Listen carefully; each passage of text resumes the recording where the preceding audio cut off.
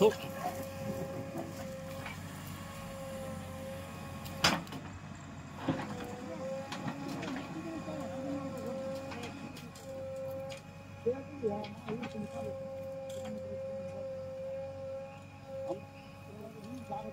काय उतरला, किती पाणी होतं ना, आता काय कशामुळे ते झालं?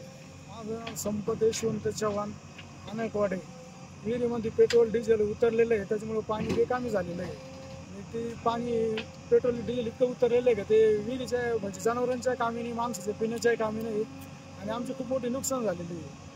कशामुळे उतरला म्हणजे? ते त्याची पाईपलाईन कुठेतरी लीक झालेली आहे, ते लिकीमुळे ते पाणी आपल्या विहिरीत उतरलेलं आहे. तुमच्या शेताजवळ विहिरीजवळ पाईपलाईन जाते? पाईपलाईन गेलेली हा. कोणत्या कंपनीची? ही BPCL.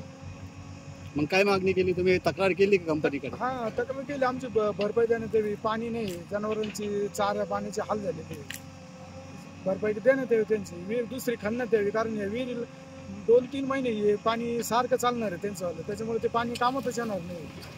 काय म्हणणं आलं त्यांचं? ते हा करू असं म्हणते नुसतं.